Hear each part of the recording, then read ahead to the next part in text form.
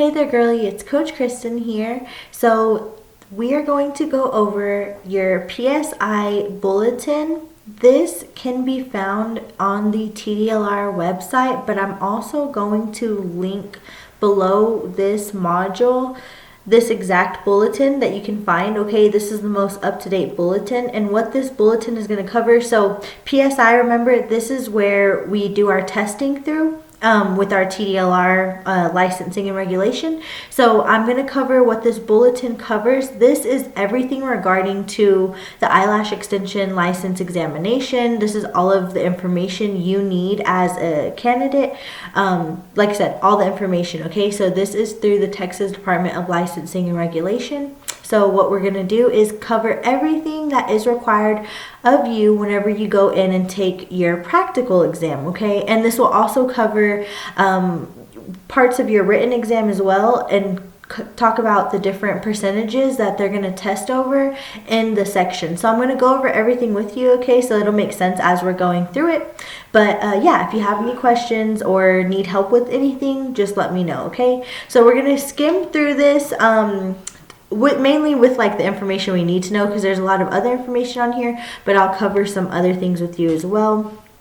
But okay, so we're going to scroll through this. So right here it says candidates must present the paper ID, driver's license renewal, along with the supporting documents in order to test. A copy on your cell phone will not be accepted. Okay, so this is telling you right here. And this is just our table of contents, but we don't have to read through everything. I kind of just want to go over the main information with you. So examinations by PSI Services LLC. So if you have any questions with PSI, or you want to reach out, you can actually reach out to them yourself as well too, because this is where you will be doing your testing through. So if you have any questions, here's all of their information right here. Okay. And right here it's saying, beginning March 1st, 2021, PSI will begin to offer cosmetology written examinations online. This new online testing platform utilizes an environment that has a remote proctor using secure technology to observe the test taker using their own desktop. So again, remember I did tell you with our written exam, you should be able to take it online. Since we are learning online, you should be able to take it online in the comfort of your own home and not have to go somewhere else to go take this. For your practical, you will have to travel because you can't take that at home. But for your written exam, you are going to have the option. I'm gonna make sure I can find you the option to take this online. So, yes. Yes, and candidates will test individually in a private room. Group testing is not allowed, okay? So, and this says click here for a demo of testing from your own personal laptop or computer. So, they're letting cosmetologists and esthetician take it. We definitely should be able to take it as lash extension artists. So, okay, once again, upon TDLR approval of eligibility, so we have to make sure you collected all your hours, your 320 hours, in order for you to go and take your test, okay? Once you have done that, you will receive an email confirmation with instructions for scheduling an appointment to take the examination. You must pass the written examination, You must pass the written examination before you can sit for the practical examination, okay? So examination eligibilities are good for 5 years, and you may test an unlimited number of times during this period. However, you are encouraged to study between examination attempts and to sit for your examination as soon as possible after attending school. A separate fee is required for each examination attempt, okay? So remember, for your written examination, it is $55, and your practical examination is $76, okay?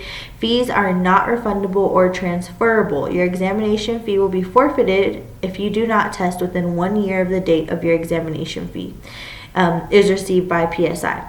So, there are 3 options to schedule via the website, telephone, or standard mail. And the website is easiest, okay? And so right here is their link, okay? So you can click in through here and set up your testing through them, okay? And if there's something that says you needed something from me, just let me know. Everything should be already set up for you, but if that is the case, then just let me know, and I will help you out, okay? Okay, this is just showing you, like I said, you can go through all of this on your own. This is just showing you how to set up if you need to reschedule, examination accommodations, foreign languages. We're all most of us are speaking English, but if you speak Spanish as well too, you can find some help with that as well too. Okay, I was like, there was really something. Again, here are the locations. I have shared the testing sites as well on one of the other modules, but make sure and go through this as well too, because we're all over from Texas. So Abilene, Amarillo, Arlington, Austin, Corpus Christi, Dallas, Richardson, and it'll tell you like these are the areas that you could take for written examination, for written and practical, or for practical only. But yeah, all across Texas: El Paso, Fort Worth, Harlingen, Houston Southwest, Lubbock, McAllen, Midland, Houston, again, San Antonio, Tyler, Waco. Okay, all of those areas you can take. Check-in process of your examination. Okay, so if you're taking your examination at the PSI test site, on the day of examination, you should arrive 30 minutes prior to your scheduled appointment time. This allows time to sign in and identification verification, and provides time to familiarize yourself with the examination process.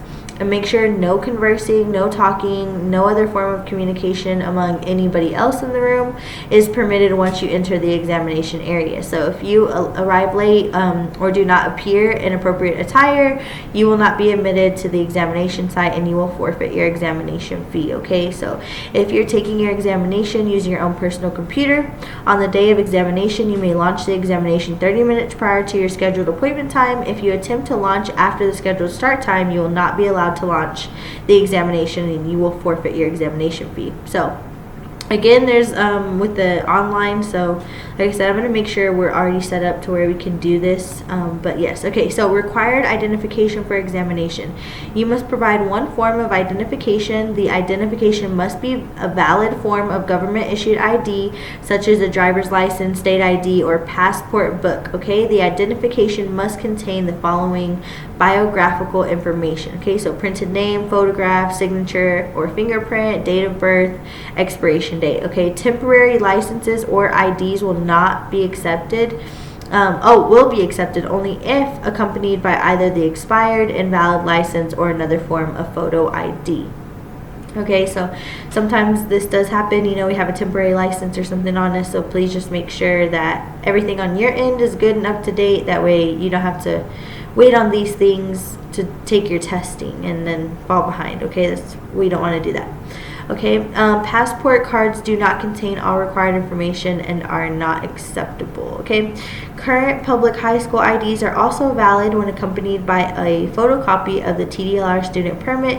If you have graduated from high school, your ID is only valid until August 31st of that year. Okay, let's see, let's keep going. Security procedures. The following examination protocols apply during an examination.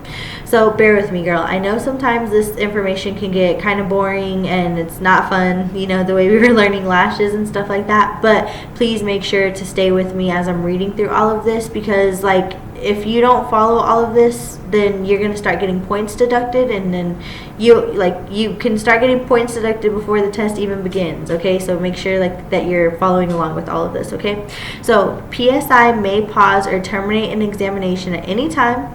Failure to follow the examination protocol may result in disqualification of examination results.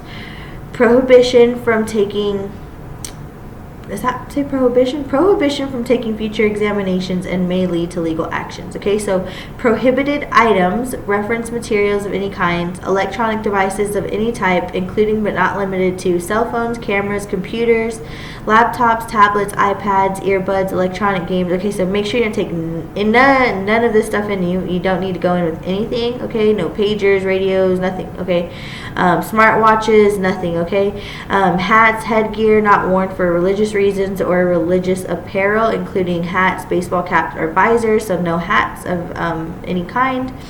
Bulky or loose clothing or coats, including but not limited to open sweaters, cardigans, shawls, scarves, vests, jackets, and coats, so no bulky or loose clothing, okay? In the event you are asked to remove bulky or loose outerwear, appropriate attire such as a shirt or blouse should be worn underneath. Other personal items, including but not limited to backpacks, briefcases, chewing gum, drinks, food, good luck items, notebooks, paper, any other materials on which to write, pens, pencils, or other writing devices, purses, reading materials, smoking or chewing products, wallets, etc. Okay, so nothing. You can't have anything. Don't have nothing on you, okay? Prohibited behavior, giving or receiving assistance on examination, so you shouldn't be helping anyone, which no one should be talking to you, okay? Copying or communicating examination content, using outside references or resources during an exam, so browsing other local resources, browsing the internet, attempting to use a computer or computer program to not provided or approved by PSI, attempting to use a telephone or mobile device, using a notepad on the computer, using an application on the computer not provided by PSI, okay? Engaging in disruptive behavior during check-in or during an exam, so acting in an inappropriate manner, using abusive language, speaking aloud, causing noise unrelated to keyboard typing, engaging in prohibited behavior during check-in or during exams, so reading questions out loud is prohibited, leaving the room without a proctor approval. Anytime you need to leave the room, you need to raise your hand and make sure and ask them, oh, can I go use the restroom, or oh, I need to go outside, okay? Don't ever just get up and leave. Using instant messaging or other electronic communication, capturing a picture or video of exam items, attempting to use telephone or mobile device, obstructing the proctor's view camera in person, having inappropriate material on the desktop, explicit, changing spaces during the exam without proctor approval, not focusing eyes on the screen. Okay, so make sure and follow all of these rules. During the check-in process, all candidates will be asked if they possess any prohibited items. Candidates may also be asked to empty their pockets and turn them out for the proctor to ensure they are empty. The proctor may also ask candidates to lift up the ends of their sleeves and the bottom of their pant legs to ensure that notes or recording devices are not being hidden there. Proctors will also carefully inspect eyeglass frames, tie tags, or any other apparel that could be used to harbor a recording device. Proctors will ask to inspect any such items in candidates' pockets. No prohibited items are allowed within the candidate's reach or in line of sight. If prohibited items are found during check-in, the candidate shall put them in the provider's secure storage or return these items to their vehicle for the test center. So yeah, most of the time if you show up with things you're not supposed to have, they're going to be like, just go take it back to your car before you even come back in here. Don't come in with anything, okay? So, yeah, PSI will not be responsible for the security of personal belongings or prohibited items. So you don't want to leave all your stuff out there, because there's going to be people who are coming in and coming out of testing, and it's testing, like everyone's testing for different things. Some people are testing for plumbers, some people are testing for teachers, some people are testing for lashes, for Cosmo, for esthetician, like, so there's going to be people coming in and out based off whichever day you choose to go and test, okay? So just keep all of your personal items in your car at your house, okay? And yeah, not even your car, like keep everything at your house. Don't have anything on, okay? Any candidate seen giving or receiving assistance on an examination, found with prohibited items or displaying prohibited behavior or violating any security regulations, your examination will be terminated and will be asked to surrender all examination material. Okay, enough of reading all of this. It's pretty much a big old list of what not to do, so make sure and you read it. Taking your examination at PSI test site. So this is telling you how your testing is going to go, okay? So you will be directed to a semi-private testing station to take your examination. When you are seated at the testing station, you will be prompted to confirm your name, identification number, and the examination of which you are registered. Before you start your examination, an introduction tutorial is provided on the computer screen. The time you spend on this tutorial, up to 15 minutes, does not count as part of your examination time. Sample questions are included the following tutorial so that you may practice answering questions questions and reviewing your answers. Okay, so pretty much just like you get to see how the test is gonna go. Okay, so one question appears on the screen at a time. During the examination, minutes remaining will be displayed at the top of the screen and updated as you record your answer. So remember, this is a timed test. After you have entered your response, you will later be able to return to any questions and change your response, provided the examination time is not run out and you have not ended your examination. Okay, so in-person examination, your score will be displayed on a screen at the end of the examination, and a score report will be emailed to you. If you fail, the emailed score report will include the diagnostic report indicating your strengths and weakness by examination type. If you do not receive your email score report, you may print it from your online account. If you have not received your score report within 24 hours and are unable to print your online account, please contact PSI customer service to verify your email address, and one can be sent to you. Okay. If you are doing remote proctor, so if we end up doing it online, candidates taking a remote proctored exam, you must select to end both the exam portion and survey portion on your test in order to receive your on-screen results and your emailed score report. If you fail, the emailed score report will include the diagnostic report, including your strengths. So they'll do the same thing as if you do it in person, or if you do it online. You'll get your report the same way, your score the same way. Okay. So let's cover, yes, this is really where I want to focus on. So make sure if you kind of fell asleep on me that you wake up with this part, okay, because this part is super important. So for our written examination, the examination content outline has been prepared and is periodically updated by committees of professionals who are subject matter experts in practice, instruction, and regulatory issues. So the examination content outline identifies areas of importance to licensees for them to perform their duties to the public in a competent and legally responsible manner. So use the outline as a guide for pre-examination review of reference material. The outline lists the topics that are on the exam and the number of questions for each topic. Do not schedule your examination until you are familiar with the topics on the outline. Okay, so non-scored items. Your examination contains non-scored questions, which that just means the use of questions in an essential step in developing the accurate future examination. So these questions will not be scored, and time to answer them has been added to the time allowed. Okay, so you're going to have some practice questions, like I said, just to make sure you're going to get comfortable with the testing material. Okay, so Texas eyelash extension, as you can see, it says 40 scored items and 55 minutes is our time. Remember, it is a timed test, okay, and you need a 70% pass rate. So you're going to have 40 scored questions, and 4 are going to be non-scored items, which is going to be that 5 minutes. Like I said, those practice questions, okay? So first thing that they are going to cover is licensing and regulation. This is 10% of your grade, and this has 4 questions, okay? So it's going to cover licensing and regulation, and within that section, they want to know that you know health and safety and you know responsibilities as the licensee, okay? Now, moving on, you're going to have infection control, which is 32.5% of your total grade. It's going to be 13 questions covered over cleaning and disinfecting, implements, equipment, work environment, safety procedures, exposure incidents, patch test, and skin and eye diseases and disorders, okay, in that section, in the infection control. Then your next section is going to be eye and eyelash consultation, 20%, and this is 8 questions. So this will be over eye and face shape, eye and eyelash analysis, and eyelash care as well. Okay, it's going to be 20% in this section. And the next section is going to be eyelash application and removal, which is going to be 37.5% of your grading, and you're going to have 15 questions in this section. Okay, so within this section, it's going to be application and refill, implements, isolation, products, and removal. Okay, so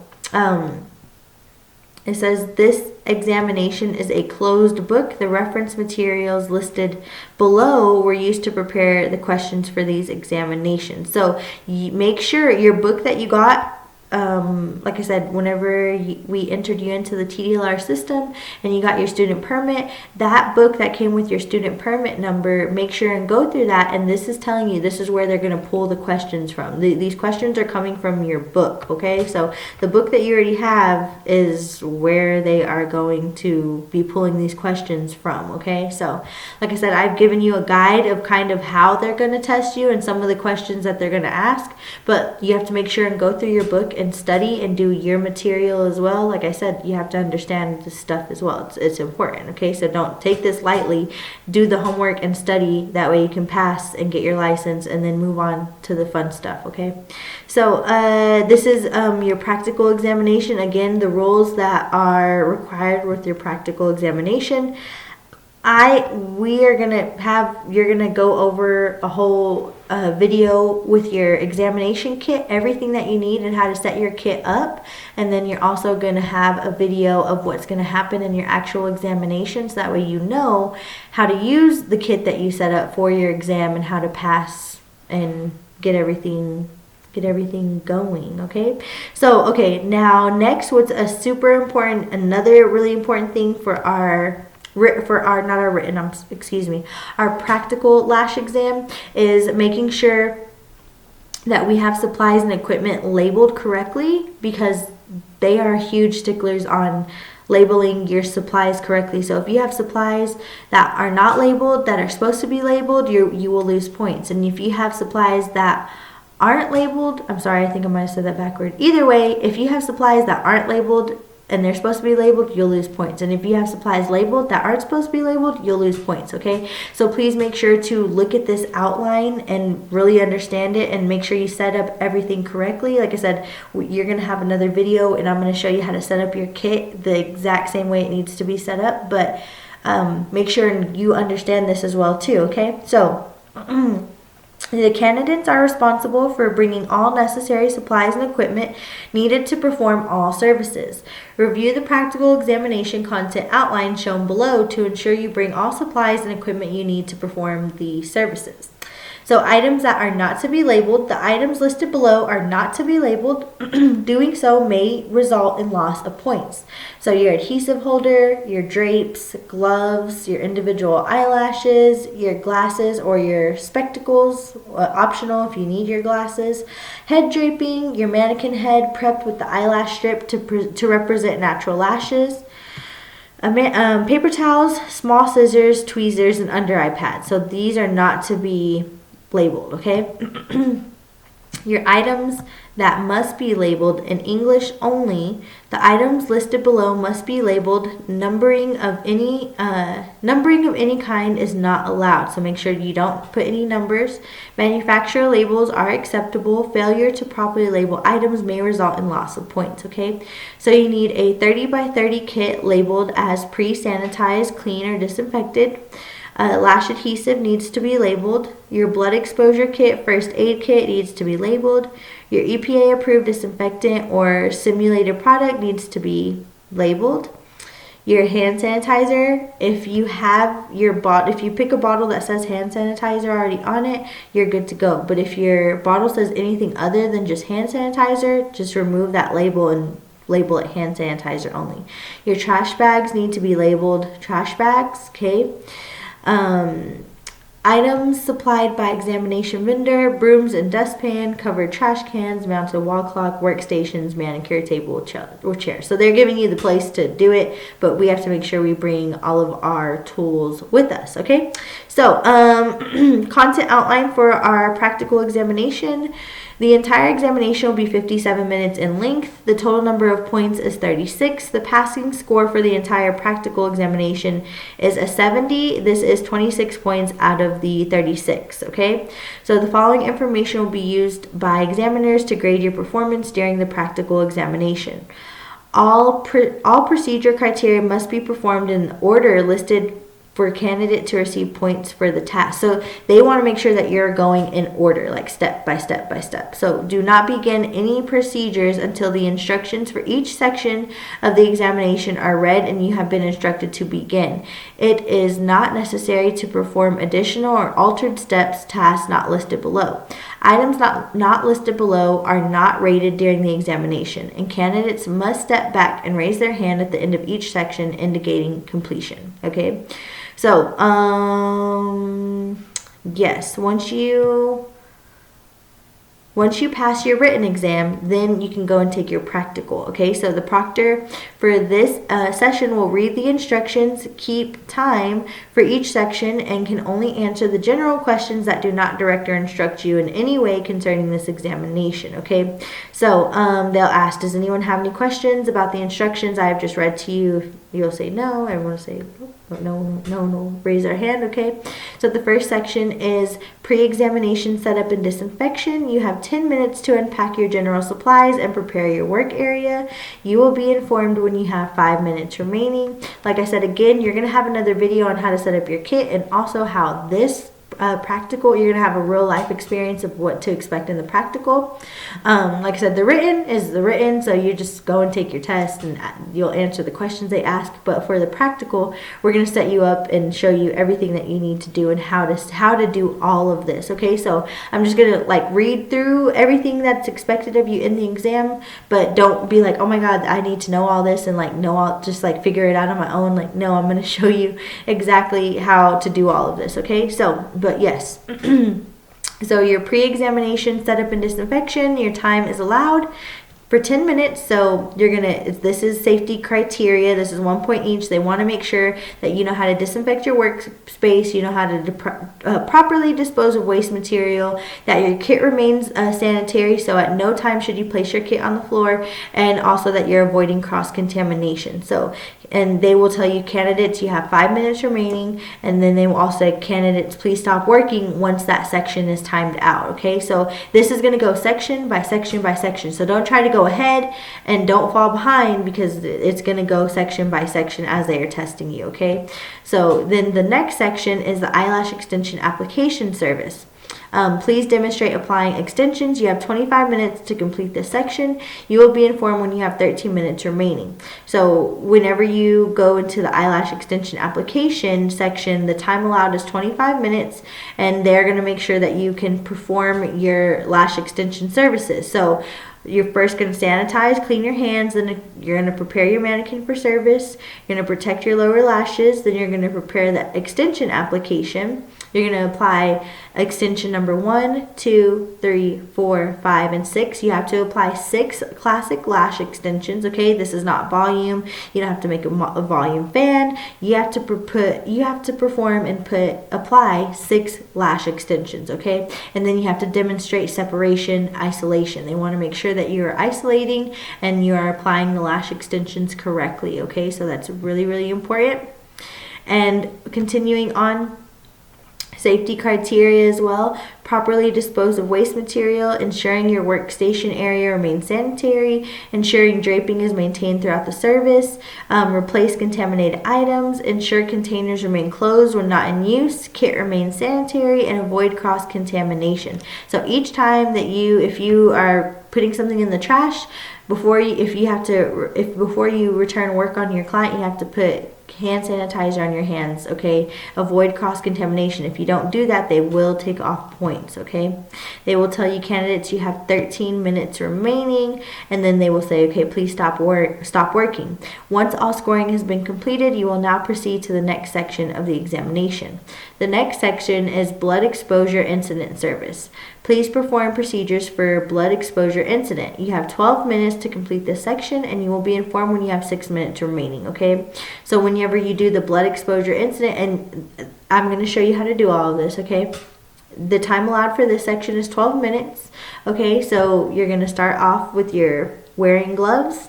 You're going to clean the cut. You're going to bandage the cut. You're going to properly dispose of used material, and then you're going to sanitize and clean your hands. Okay, so they just want to make sure that you can clean up a mess, clean up a cut if that does happen. Okay, so make sure you properly dispose of waste material. You ensure your workstation area remains sanitary. Replace the contaminated items. Okay. Ensure containers remain closed when not in use. Your kit remains sanitary, and avoid cross-contamination. Okay, and then the end of examination disinfection. You have 10 minutes to complete this section. You will be informed when you have 5 minutes remaining. So At the end of your examination, you're going to have 10 minutes to clean up. You're going to dispose of your used material, disinfect your workstation, clean your work area, remove all supplies, material, and all personal belongings. They will tell you you have 5 minutes remaining.